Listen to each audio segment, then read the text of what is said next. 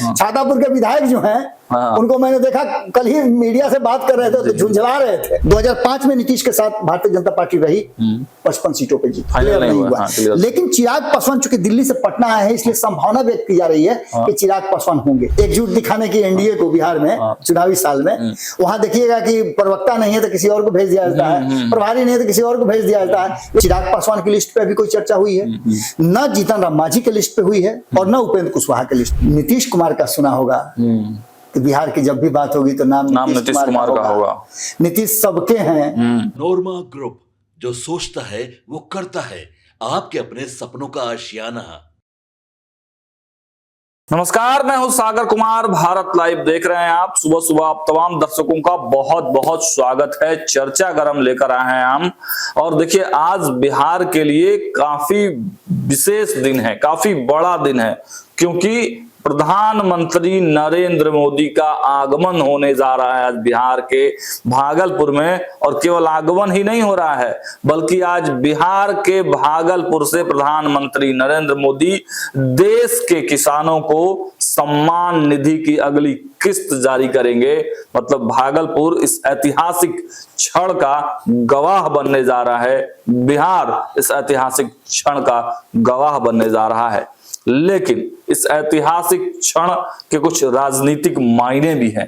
प्रधानमंत्री नरेंद्र मोदी के चुनाव से 6 से 7 महीना पहले बिहार में आना और यहां से एक बड़ा किसानों का कार्यक्रम करके ये साफ साफ संकेत दे देना कि चुनाव काफी नजदीक है, चुनाव की सुगबुगाहट अब यहां से तेज होगी और प्रधानमंत्री के इस कार्यक्रम से ही बिहार में चुनावी बिगुल फूंका जाएगा। लेकिन इसमें पेच क्या है? सबसे बड़ा पेच यही है कि एनडीए में कौन रहेगा, कौन जाएगा, कौन नए लोग आएंगे, कौन पुराने लोग छोड़ के जाएंगे। क्या सीट शेयरिंग का फॉर्मूला अभी तक फाइनल नहीं हो पाया है। और लगातार जो हम पिछले कई दिनों से ये चर्चा कर रहे हैं कि यही वो मंच होगा जो मुख्यमंत्री नीतीश कुमार और प्रधानमंत्री नरेंद्र मोदी के बीच आत्मीय मुलाकात का मंच होगा। और यहीं से 1-2 सेंटेंशन से गठबंधन बन भी सकता है, बिगड़ भी सकता है। लेकिन हमारी नजर प्रधानमंत्री और बिहार के तमाम जो घटक दल के शीर्ष नेतृत्व हैं उन पर रहेगी। कौन मंच पर रहते हैं, कौन नहीं रहते हैं, क्योंकि जो खबरें निकल कर आ रही है, उपेंद्र कुशवाहा, जी हाँ, दिल्ली में आपने देखा कि सम्राट चौधरी पीछे रहते हैं और उपेंद्र कुशवाहा के सामने प्रधानमंत्री नरेंद्र मोदी बात करते हुए नजर आते हैं। तो क्या उपेंद्र कुशवाहा, जो लगभग 20 सीटों पर एक तरह से कहा जाए तो दावा ठोक चुके हैं, कल उपेंद्र कुशवाहा और नरेंद्र मोदी के बीच क्या कोई और गुफ्तगू होती है? सीधे बाबा के पास चलते हैं और चर्चा गरम की कड़ी शुरू करते हैं। क्या कुछ होने वाला है बाबा कल? देखिए, होने वाला तो ये है कि बिहार को कुछ ना कुछ मिलने वाला है जी। सबसे पहले तो ये है, लेकिन इसके भीतर, इसके तह में जो बातें छिपी हुई हैं वो बड़ी ही महत्वपूर्ण है जी। महत्वपूर्ण इसलिए है कि एक तरफ आप देख रहे होंगे कि पॉलिटिकल बहुत सारी कहानियां, स्टोरी एक साथ चल रही हैं। सीट शेयरिंग का क्या होगा, किसके साथ क्या होगा, नीतीश कुमार क्या फैसला करेंगे। कल नरेंद्र मोदी जब आने की चर्चा हो रही थी तब भी आपने देखा कि कई लोगों से मेरी बातचीत हो रही थी, उन लोगों ने किस तरह की बातें की। सिंपल तौर पे ये देखा जाए तो ये कार्यक्रम एनडीए का है, प्रधानमंत्री का है, बिहार का है, या फिर भारतीय जनता पार्टी इस पूरे कार्यक्रम को हैक कर लेगी। ये पूरी कहानी आपको कल कार्यक्रम के बाद पता चला। और कहा तो जा रहा है कि पूरी तरह से सरकारी कार्यक्रम है, किसी विभाग का कार्यक्रम। देखिए, सरकारी कार्यक्रम, भारतीय जनता पार्टी कोई भी कार्यक्रम अगर सरकारी कार्यक्रम होता है तो भारतीय जनता पार्टी उसे अपना बना लेती है। जबकि आपने नीतीश कुमार को देखा होगा कि अभी प्रगति यात्रा हुई है, उन्होंने अपना नहीं बनाया है। पक्ष विपक्ष चाहे जो भी रहा हो, इस सरकारी कार्यक्रम को सरकारी कार्यक्रम की तरह ही नीतीश कुमार ने पूरे कार्यक्रम को देखा 2 महीने। और आपने देखा भी होगा कि उन्होंने एक भी पॉलिटिकल चर्चा इस बीच में नहीं की है। ये बहुत बड़ी बात है जी। बिल्कुल, एक तरफ भारतीय जनता पार्टी उन सारी चीजों को, सरकारी जो कार्यक्रम होते हैं उसको भी अपना बना करके अपने गुणगान करने के लिए प्रधानमंत्री के माथे पे चस्पा कर देती है। लेकिन यही काम नीतीश कुमार नहीं होने देते हैं। हालांकि जो परिस्थितियां हैं कि दोनों कल मंच पे होंगे, ये बात अब क्लियर हो गई है कि दोनों कल मंच पे होंगे, लेकिन इसके साथ साथ एनडीए के घटक दल के और कौन कौन लोग मंच पे होंगे, ये अभी तक सस्पेंस बना हुआ। जब हम ये खबर कर रहे हैं तब तक हमारे पास लिस्ट नहीं आई है। हमने कई लोगों से बातचीत करने की कोशिश की, कोई कह रहा है कि आप उनसे पूछ लीजिए, वो बता सकते हैं, कोई कह रहा है कि इस विभाग का इसलिए आप उनसे पूछ लीजिए, कोई कह रहा है कि हमारे तक नहीं आई है। और पूरी भारतीय जनता पार्टी, नरेंद्र मोदी एक झलक उनके चेहरे को देख लें, इसके लिए भागलपुर में डेरा आज एक सप्ताह से डाले हुए हैं। हर कोई ये दिखाने की कोशिश कर रहा है कि हम सबसे ज्यादा काम किए हैं, यानी कि चेहरा चमकाने की जो तैयारी चल रही है वो भागलपुर में चल रही है, जबकि ये कार्यक्रम सरकार का है और एनडीए का कार्यक्रम, कृषि विभाग का ये कार्यक्रम है। और कृषि विभाग के इस कार्यक्रम में किसान योजना के तहत 19वीं किस्त देने के लिए आ रहे हैं। पहली बात तो ये है, ये हम इसलिए बता रहे हैं कि इसके बाद जो हम बताएंगे वो विशुद्ध पॉलिटिकल चर्चाएं होंगी, और उस चर्चा में ये तय होगा कि अब तक आपने नीतीश कुमार का सुना होगा कि बिहार की जब भी बात होगी तो नाम नीतीश कुमार का होगा। नीतीश सबके हैं। इसके बाद आपने जीतन राम मांझी का सुना होगा कि भैया हमको तो इतना सीट चाहिए।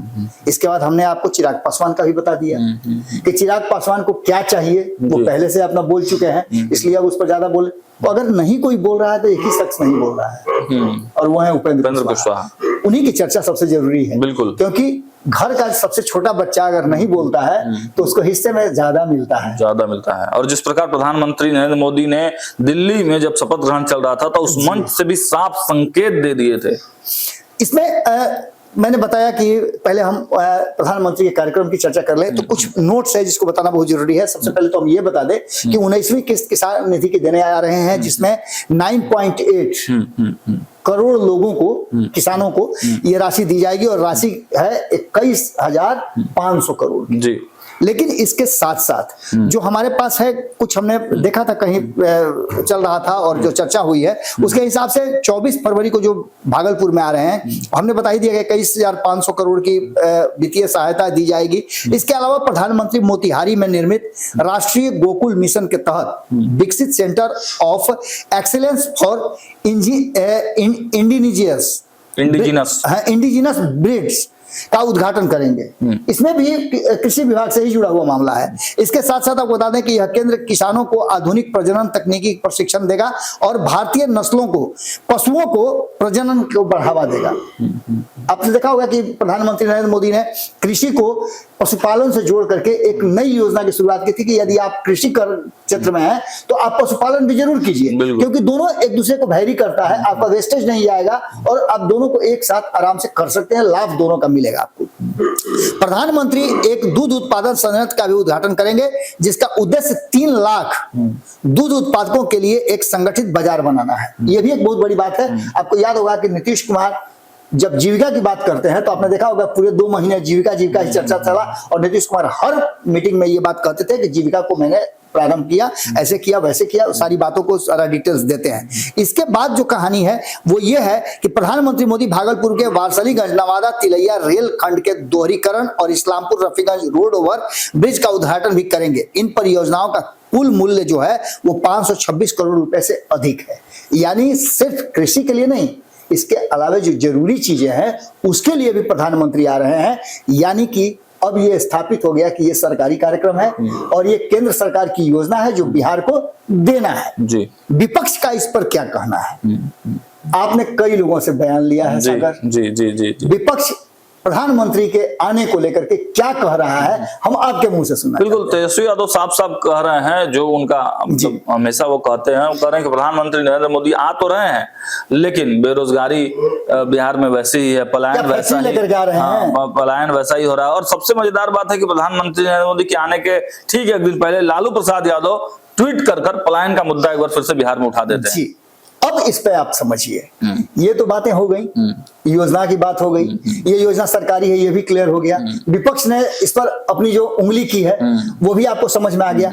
क्या आपको लगता है कि ये चुनावी साल है, इसलिए जो तेजस्वी यादव कह रहे हैं कि अब देखिएगा कि बारी बारी से यहाँ आकर के और यहाँ गोड़ लगाई लोग करेंगे, यही ना वो कहना चाह रहे थे। बिल्कुल बिल्कुल। अगर आप फैक्ट्री लेकर के नहीं आ रहे हैं, शिक्षा के लिए कुछ नहीं ला रहे हैं, अस्पताल लेकर के नहीं आ रहे हैं, योजनाएं तो आप लगा रहे हैं। जब हमारी बात हो रही थी, कल ही आप मौजूद थे, जनता दल यूनाइटेड के एक वरिष्ठ नेता से हमारी बातचीत हो रही थी, तो उन्होंने हर बात को समझाया।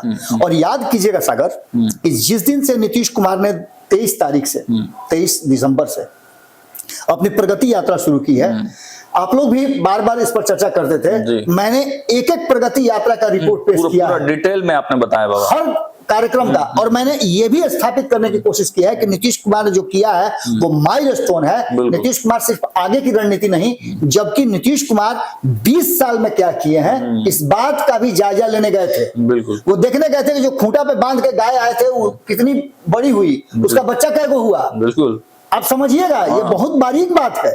और नीतीश कुमार ने इन सभी चीजों को कंपाइल किया और आने वाले चुनाव के लिए भले ही वो नहीं कहे, लेकिन क्या लगता है कि फायदा नहीं मिलेगा। बिल्कुल, घर में शादी होगी तो कपड़ा के लिए आपको कहना पड़ेगा क्या? ऑटोमेटिक आपका कपड़ा सिला जाएगा। अब पसंद नापसंद की बात अलग हो सकती है, उसके लिए भी नीतीश कुमार ने स्पष्ट कर दिया है कि भाई इन योजनाओं के बाद, इन घोषणाओं के बाद यदि आपके पास कुछ है, कुछ बच जाता है, हमको नहीं पता चल रहा है, तो आप बेहिचक कहिएगा, हम उसको भी पूरा करेंगे। अब बाबा आते हैं हम लोग मंच पर। चलिए, अब हम वहां से आ जाते हैं मंच पर। और ये मंच पर सबसे बड़ी बात यह है कि मंच पर कौन कौन होगा। अभी तक आपके पास ना लिस्ट है, आपने भी कई लोगों से पूछा, मैंने भी कई लोगों को खोद करके पूछने का कोशिश किया, एकदम भीतर तक जाकर के हम पता करने की कोशिश किए कौन होगा कौन नहीं होगा। चिराग पासवान दिल्ली से पटना पहुंचे हैं। संभावना व्यक्त की जा सकती है, फाइनल नहीं जी, बिल्कुल संभावना व्यक्त की जा सकती है कि चिराग पासवान मंच पे रहेंगे।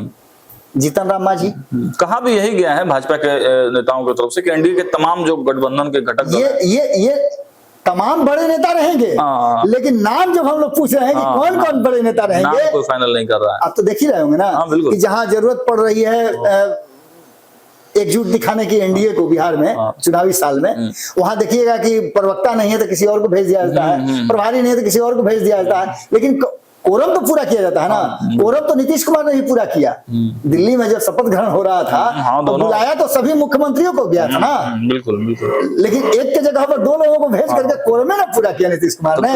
कल बाबा मतलब आज अभी आप इशारा कर रहे हैं कि मुख्यमंत्री जी का तबीयत वगैरह ठीक रहेगा ना आज? देखिए, अभी तक तो सब कुछ ठीक ठाक है। अच्छा, अभी तक सब कुछ ठीक ठाक है, लेकिन उस पोस्टर में जो लगा है जदयू कार्यालय के बाहर, भले ही मान लेते चलिए किसी ने बदमाशी कर दिया, लेकिन आपके दरवाजा पर अगर आ करके कोई पोस्टर चिपका जाएगा तो आप उसको देखिएगा तो फाड़ के हटाइएगा ना। नहीं, वहां पे मैंने बाइट लिया, कई जदयू नेताओं ने ऑफिशियल तरीके से वहां पे बयान दिया बाबा। उन्होंने कहा कि बिहार का युवा जदयू का जो कार्यकर्ता है कोर, वो चाहता है कि निशांत राजनीति में, इंडोर्स कर रहे हैं। बिल्कुल। तो ऐसी स्थिति में कई लोगों से हमारी भी लगातार बात हो रही है, इंटरनल लोगों से भी बातचीत हो रही है, उनका भी मानना यह है कि ये एक बड़ा मुद्दा है जहां आकर के पेच फंसा हुआ है। और सबसे बड़ा मजेदार बात, मुझे तो कुछ लोगों ने यहाँ तक कहा कि भारत लाइव धन्यवाद के पात्र है, आपके संपादक धन्यवाद के पात्र है, आप लोगों ने ही सबसे पहले चर्चा छेड़ी, तो लोग इस बात की भी चर्चा कर रहे हैं बाबा। निश्चित रूप से जब देखिए, सबसे बड़ी बात यह होती है कि नीतीश कुमार जब कहा जाए याचक के रूप में अगर पत्रकारों के बीच में खड़ा होकर कहते हैं कि आप हम लोगों को तो दिखाते नहीं ना है, हम लोगों ने क्या किया, कभी हम लोगों को भी दिखा दिया कीजिए। तो निश्चित रूप से नीतीश कुमार एक बच्चे की तरह आर्गुमेंट करते हैं, जैसे बच्चा मेला में नहीं कहता है कि हमको ये दे दीजिए, हमको ये दे दीजिए। नीतीश कुमार इस मंच पे रहेंगे, अब तक हमारी जानकारी यही है, क्योंकि नीतीश कुमार के बैठने की व्यवस्था सब कुछ की गई है, इसकी चर्चा हमने पहले भी की है। लेकिन बाकी के जो घटक दल हैं वो अपने अपने डिमांड के साथ अभी भी, भले ही मुखर नहीं हो, कई लोग मुखर नहीं है, जैसे उपेंद्र कुशवाहा की हमने बात की। मैंने, आपको याद होगा, मैंने कहा था कि सीट शेयरिंग के समझौता के समय में कि जो व्यक्ति जब भारतीय जनता पार्टी का साथ नीतीश कुमार छोड़ देते हैं तो उनका साथ खड़ा होता हो, वो 23 सीट पे चुनाव लड़ता है। जब महागठबंधन से बाहर हो जाते हैं, एनडीए में उनके लिए कोई जगह नहीं होता है, वो तैयार नहीं होते हैं 5, 10 और 15 सीट पर लड़ने के लिए, तो वो अपने दम पे 107 सीट पे चुनाव लड़ते हैं। करीब 2 दर्जन ऐसे सीट है जिन सीटों पे वो बेहतर प्रदर्शन करते हैं, 10,000 से ज्यादा वोट लेकर के आते हैं, और उन सीटों पे अधिकांश पे हार होती है जदयू की। मतलब आप बताना चाह रहे हैं कि उपेंद्र कुशवाहा एक लिस्ट लेकर उस मंच पे जाएंगे और उस लिस्ट को थमा दिया जाएगा। देखिए, उपेंद्र कुशवाहा ने भी अपनी लिस्ट दे दी है, दे दिया है, लेकिन उस लिस्ट पे अभी तक जो हमारी जानकारी है कि न तो चिराग पासवान की लिस्ट पे अभी कोई चर्चा हुई है, न जीतन राम मांझी के लिस्ट पे हुई है, और न उपेंद्र कुशवाहा के लिस्ट पे हुई है। बाबा, जो उपेंद्र कुशवाहा की बात चल रही है, तो अगर आपके पास कुछ इनपुट हो कि कौन कौन से सीट हैं, किन किन लिस्टों की चर्चा उन्होंने की है। चूंकि सागर, हम देखिए, हम बात कर रहे हैं कि 2 दर्जन ऐसी सीटें हैं, तो इसका हम अलग से विश्लेषण करेंगे। वो कौन सी सीटें हैं, क्या उसके कारण है, उस पर क्या कुछ हुआ है जिसके चलते उपेंद्र कुशवाहा चाहते हैं कि वो सीटें उनके पास हो। मगध में और शाहाबाद में जो चीजें घटित हुई हैं, जिस तरह से भारतीय जनता पार्टी को 2024 के लोकसभा चुनाव में बैकफुट पे आना पड़ा है और उसको सुधारने की कोशिश की जा रही है, ये स्थिति क्यों उत्पन्न हुई? कहीं ना कहीं इसके पीछे कारण तो कुछ जरूर होगा। कुछ कारण होगा जीतन राम मांझी का, कुछ उपेंद्र कुशवाहा का, कुछ चिराग पासवान का भी होगा, कुछ जदयू का भी होगा और भाजपा का भी होगा।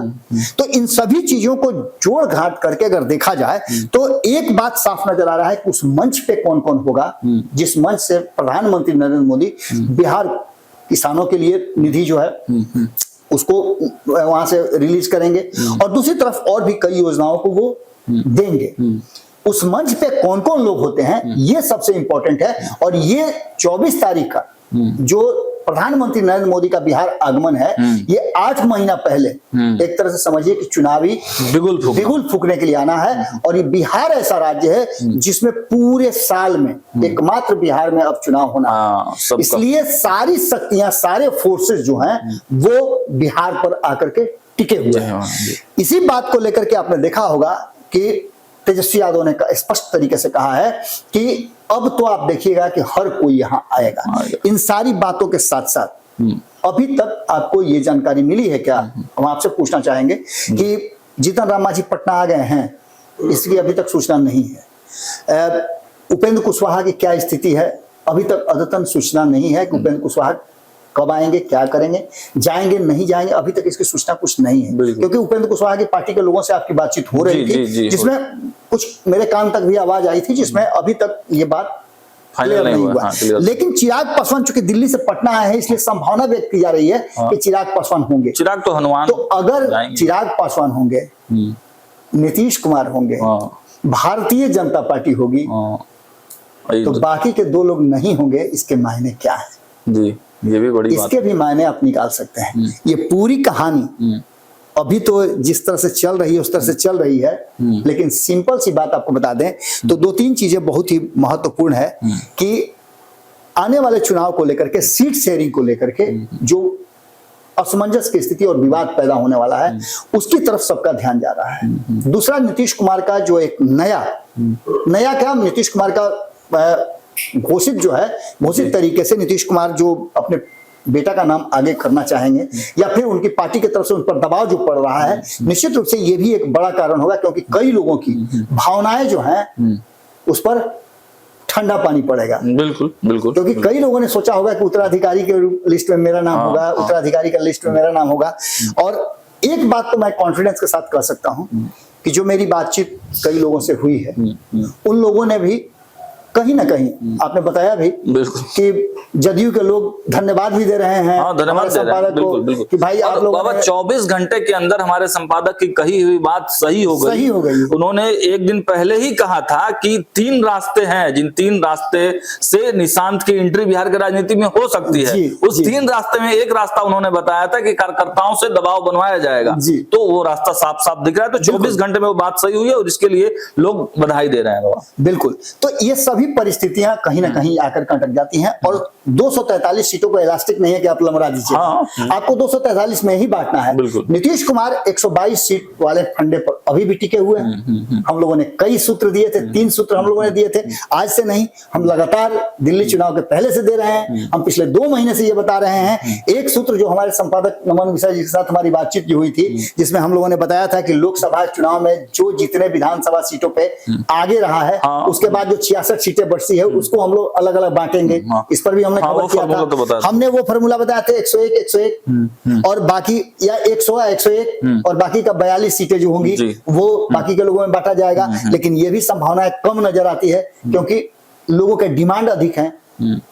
तो बाबा लग रहा है कि मतलब उस मंच से सीट शेयरिंग नीतीश और जदयू के बीच में कम से कम सीट शेयरिंग का नीतीश और तो भाजपा इतना आसान नहीं है सागर, इतना आसान नहीं है। आप एक बात समझिए, आपको रिजर्व सीट भी चाहिए, सोने वाला भी आप ही को चाहिए, बगल में आप अपना लगेज रखने के लिए भी आप ही को सीट चाहिए। तो ये संभव नहीं ना है। नीतीश कुमार को पुत्र को सामने लेके आना है, ये भी चाहिए। नीतीश कुमार को सबसे अधिक सीट भी चाहिए, नीतीश कुमार को मुख्यमंत्री की कुर्सी भी चाहिए। ये सभी डिमांड जो आप कर रहे हैं तो कहीं तो सेक्रीफाइस करना पड़ेगा। तो या तो भारतीय जनता पार्टी, और चूंकि भारतीय जनता पार्टी के पास अब तक का रिकॉर्ड है, 2005 से रिकॉर्ड उठा लीजिए आप, 2005 में नीतीश के साथ भारतीय जनता पार्टी रही, 55 सीटों पे जीती। जी जी 2010 में रही, 91 सीटों पे जीती। 2015 में नहीं रही, 53 पर लुढ़क गई। 2020 में रही, नीतीश कुमार पीछे हो गए, लेकिन भारतीय जनता पार्टी 74 पे रही। तो भारतीय जनता पार्टी को भी अपना आत्ममंथन करना है कि हम कितनी सीटों पे और किसके साथ चुनाव लड़ेंगे। नीतीश के लिए तो कोई भी जगह आप उठा दीजिए, भाजपा के साथ रहते हैं तो घटते बढ़ते रह रहे हैं, उस दूसरे खेमे में जाते हैं तो ये तो कंफर्म है ना कि आप लालू प्रसाद के 30% वोट को नहीं काट सकते हैं, भले उसका सीट कम हो जाए। आप जोड़ कर घटाव करके बाकी लोगों को जोड़ करके कर लीजिए, लेकिन फैक्ट यही है कि नीतीश कुमार जिस पलड़े में रहेंगे वो पलड़ा झुका हुआ रहेगा और वही पलड़ा बिहार की सत्ता पर काबिज होगा। ऐसी स्थिति में भारतीय जनता पार्टी भी अगर किसी के साथ कोई फैसला करेगी चुनाव में, अंतिम समय तक किसी भी शर्त पर नीतीश कुमार के साथ रहना चाहेगी। लेकिन 5 पांडवों की जो गाथा है, ये आगे की कहानी क्या कहती है, 5 गांव में मान जाते हैं लोग या नहीं मानते हैं, ये एक बड़ी कहानी है और इसी कहानी का कल पटाक्षेप होगा। 6वां दल भी आने के लिए चर्चा, देखिए वो 6वां 7वां सब होगा। अब तो आईपी गुप्ता भी आएंगे, उनको भी खोजा जा रहा है कि भाई 20 लाख वोट है, कहाँ गया, 20 लाख वोट छटक मत जाए। इसके अलावा भी बहुत सारे नाम हैं। आप जिस मुकेश सहनी की बात कर रहे हैं, उस मुकेश सहनी में भी बहुत सारी पोटेंशियल है और मुकेश सहनी ने ये बात साबित भी कर दिया है। अब देख लीजिए कि 2 मार्च को जो छातापुर में कार्यक्रम करने जा रहे हैं, उस कार्यक्रम की बेचैनी अभी से है। छातापुर के विधायक जो हैं, उनको मैंने देखा कल ही मीडिया से बात कर रहे थे तो झुंझला रहे थे, मैंने झुंझलाहट साफ दिख रही है। तो कहीं ना कहीं एक बात तो आप समझ लीजिएगा कि भारतीय जनता पार्टी को ये सोचना है कि वो किसके किसके साथ आगे बढ़े। कितना फ्रूटफुल नीतीश कुमार है, नीतीश कुमार का डिमांड है, नीतीश कुमार के हर डिमांड को मानना मजबूरी है, क्योंकि नीतीश कुमार जो डिमांड कर देते हैं उसमें काट छाट नहीं करते हैं। उसको कह दिया तो कह दिया, जाइए जाकर के सीट शेयरिंग का समझौता करने से पहले जाकर के मीडिया में बोलिए कि भाई नीतीश कुमार ही मुख्यमंत्री होंगे। 2020 में किसने नहीं देखा है। तो ये सभी चीजें घुमा फिरा करके इस तरफ इशारा कर रही है। कल प्रधानमंत्री के मंच पर कौन है कौन नहीं है, और वो जो लिस्ट बाबा कुशवाहा देने वाले हैं, वो लगता है कि आप अभी नहीं बताइएगा, उस पर मंथन कर रहे हैं। उसके लिए हम लोग अलग से उस पर आप मंथन कर रहे हैं, कुछ इनपुट्स आने वाले हैं। बिल्कुल बिल्कुल बिल्कुल बिल्कुल बहुत सारी परिवर्तन हुई है, बहुत सारी चेंजेस हुई है। उन चेंजेस के साथ ये देखना बहुत जरूरी होगा कि आने वाले समय में उपेंद्र कुशवाहा को भी अपनी राजनीति आगे लेके चलनी है, तो वो किस बेस पे रहेंगे। चलिए, तो देखा आपने आज का चर्चा गरम। प्रधानमंत्री नरेंद्र मोदी आज बिहार में रहेंगे, भागलपुर में रहेंगे, और यहाँ से बिहार की राजनीति अब किस दिशा में बढ़ेगी उस पर तो हमारी नजर रहेगी। लेकिन आज से कल तक में उपेंद्र कुशवाहा किन सीटों पर तैयारी करने में लगे हैं और किन सीटों की लिस्ट उन्होंने बनाकर एनडीए खेमा को दे दिया है, या फिर आज के मंच पर प्रधानमंत्री नरेंद्र मोदी से भी कुछ उनकी बात अगर हुई उस सीटों पर, तो वो भी चर्चा हम आज से कल तक में वो तमाम सीटों के बारे में जानकारियां, इनपुट जो भी हमारे पास आएंगे वो सब आप तक हम पहुंचाएंगे। देखते रहिए भारत लाइव। बहुत बहुत धन्यवाद। आपके सपनों को हमने सजाया है, ई होम्स पैनोरामा को हमने बनाया है। ई होम्स मेरा एक सपना था जिस पे मैं पिछले 4 साल से काम कर रहा था। हमने जो बनाया है वो सबने है माना। ई होम्स पैनोरामा में हो आपका भी आशियाना।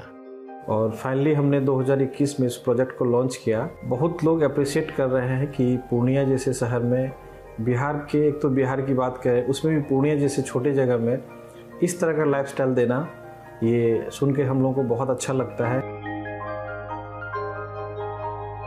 ई होम्स में हमने कुछ और भी किया है, जैसे हम जिस जगह में रह रहे हैं हमारी फैमिली सिक्योर हो, उनको सिक्योरिटी का ध्यान में रखा है।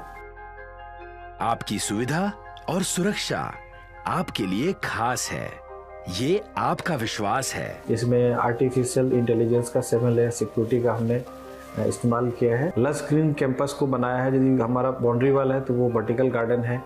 ये जितनी भी फैसिलिटी होता है एक इंटरनेशनल टाउनशिप में ई होम्स है, ये हम लोग विश्वास नहीं कर पा रहे हैं। जो भी हमारे मित्र दोस्त या जो भी हमारे बाहर के बाहर आते हैं तो हम लोगों को बहुत अच्छा सुनने को मिलता है और बहुत अच्छा क्रेडिट मिल रहा है। वो सारा हमने सिर्फ एक बिल्डिंग नहीं बनाया, हमें एक बहुत अच्छा लाइफस्टाइल दिया ई होम्स में, और मेरा एक सपना था जिसको मैं आज फुलफिल होते हुए देख पा रहा हूँ। ये आपका आवास है। ई होम्स पैनोरामा में अब आपका निवास है। E homes panorama, luxurious lifestyle redefined. Panorama group, जो सोचता है वो करता है। अगर ये वीडियो पसंद आई और वह बिहार के राजनीति और बिहारियत से सरोकार रखेनी तो सब्सक्राइब बटन दबा के चैनल के सब्सक्राइब कर ली। ओजे एगो घंटी बा, ओकरा बटन दबा देला से कुल सटीक और मारक खबर रुआ मुफ्त में मिल जाई। अगर रुआ पत्रकारिता के हमनी के नया प्रयोग में सहयोग कर चाहतानी तो ज्वाइन बटन दबा दी। पेटीएम नंबर नोट कर ली 9386816700।